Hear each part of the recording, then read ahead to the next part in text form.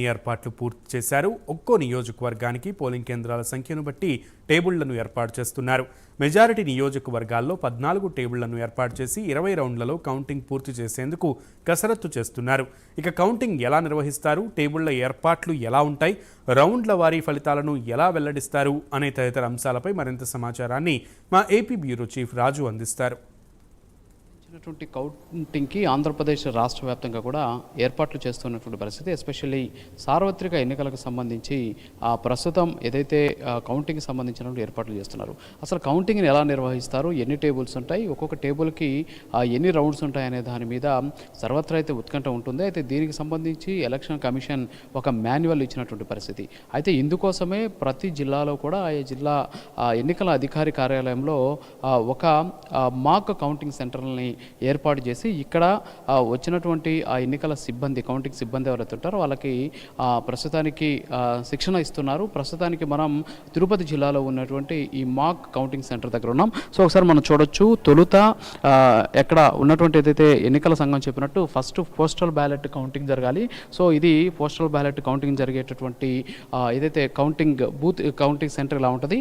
So ఇందులో మొత్తం కూడా 5 టేబుల్స్ ఉంటాయి. సో ఈ 5 టేబుల్స్కి సంబంధించి 5 టేబుల్స్లో ఈ ఏదైతే వచ్చినటువంటి పోస్టల్ బ్యాలెట్కి సంబంధించినటువంటి లెక్కింపు జరుగుతుంది. సో ఈ 5 టేబుల్స్ దగ్గర 3 లేదా 4 ఉద్యోగులను కూర్చోబెట్టి ఈ 5 టేబుల్స్ దగ్గర ఈ ఏదైతే పోస్టల్ బ్యాలెట్ని లెక్కించేటువంటి పరిస్థితి. అయితే గతంలో అయితే పోస్టల్ బ్యాలెట్ చాలా తక్కువ ఉండేది, కానీ ఇప్పుడు పోస్టల్ బ్యాలెట్ సంఖ్య పెరిగినటువంటి నేపథ్యంలో అది ఫలితాలు రావడానికి ఆలస్యమైనటువంటి అవకాశం ఉన్నాయి. ఇక మెయిన్ పోలింగ్ ఏదైతే కౌంటింగ్ సెంటర్ కానీ చూసుకున్నట్లయితే ఇది మెయిన్ కౌంటింగ్ సెంటర్. ఒక్కొక్క కౌంటింగ్ సెంటర్కి సంబంధించి అంటే ఒక్కొక్క నియోజకవర్గానికి సంబంధించి మొత్తం 14 టేబుల్స్ని ఏర్పాటు చేస్తారు. సో ఈ 14 టేబుల్స్లో ఒకవైపు మొత్తం కూడా 7 టేబుల్స్ని ఏర్పాటు చేయడం జరుగుతుంది. అలాగే మరొక పక్క 7 టేబుల్స్ని ఏర్పాటు చేసేటటువంటి పరిస్థితి. సో ఈ పక్క ఒక 7 టేబుల్స్, అలాగే ఇంకొక పక్క 7 టేబుల్స్ ఏర్పాటు చేసి మొత్తం 14 టేబుల్స్ ఉంటాయి. అంతేకాకుండా ఇక్కడ చూడొచ్చు మనం ఒక టేబుల్కి 20 పోలింగ్ స్టేషన్స్, అంటే 20 పోలింగ్ స్టేషన్స్కి సంబంధించినటువంటి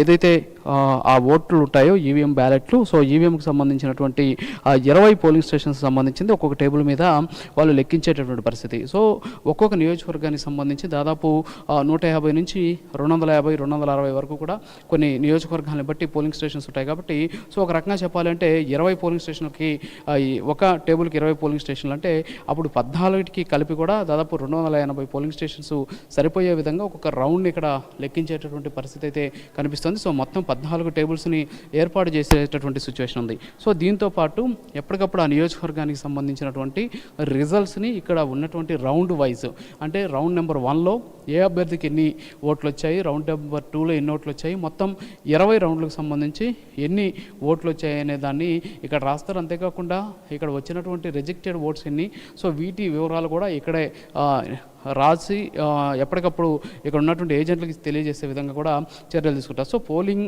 కౌంటింగ్కి సంబంధించినటువంటి సెంటర్ సెటప్ ఇలా ఉంటుంది. సో ఇప్పుడు మనం చూస్తున్నాం అటువైపుగా ఎవరైతే ఏజెంట్లు ఉంటారో, సో ఏజెంట్లు అటువైపు ఉండి ఇక్కడ జరుగుతున్నటువంటి కౌంటింగ్ ప్రక్రియని వాళ్ళు పరిశీలిస్తూ ఉంటారు. సో మొత్తానికైతే కౌంటింగ్కి సంబంధించి ఎక్కడ ఎలాంటి ఇబ్బందులు తలెత్తకుండా ఈ విధంగా మోడల్ కౌంటింగ్ సెంటర్స్ని ఏర్పాటు చేసి సో పోస్టల్ బ్యాలెట్ తొలుత లెక్కించిన తర్వాత ఆ తర్వాత ఈవీఎం లెక్కించేందుకు అవసరమైనటువంటి చర్యలను ఇక్కడ ఉన్నటువంటి అధికారులు అయితే తీసుకుంటున్నారు. రాష్ట్ర వ్యాప్తంగా కూడా ఇదే పద్ధతి అవలంబిస్తారు. అయితే కొన్ని ఎక్కువ పోలింగ్ సెంటర్స్ ఉన్నాయి. ఇప్పుడు ఫర్ ఎగ్జాంపుల్ చంద్రగిరి నియోజకవర్గానికి సంబంధించి చాలా ఎక్కువ పోలింగ్ సెంటర్స్ ఉన్నటువంటి నేపథ్యంలో అక్కడ 14 టేబుల్స్ కంటే అదనంగా, అంటే దాదాపు అక్కడ 20 టేబుల్స్ వేసి 20 టేబుల్స్తో పాటు అక్కడ ఒక్కొక్క టేబుల్కి సంబంధించి అక్కడ కూడా 20 పోలింగ్ సెంటర్స్ని 20 రౌండ్స్ ఉండే విధంగా చర్యలు అయితే తీసుకుంటున్నట్టు సిచ్యువేషన్ కనిపిస్తుంది. సో ఈ లెక్కను చూస్తే తొలుత పోస్టల్ బ్యాలెట్ లెక్కిస్తారు, తర్వాత ఈవీఎం దగ్గరికి వస్తారు. కాబట్టి తొలి ఫలితం వచ్చేందుకు దాదాపు 9:30-10 వరకు పట్టేటువంటి అవకాశం ఉన్నాయి. సో ఓవరాల్గా అయితే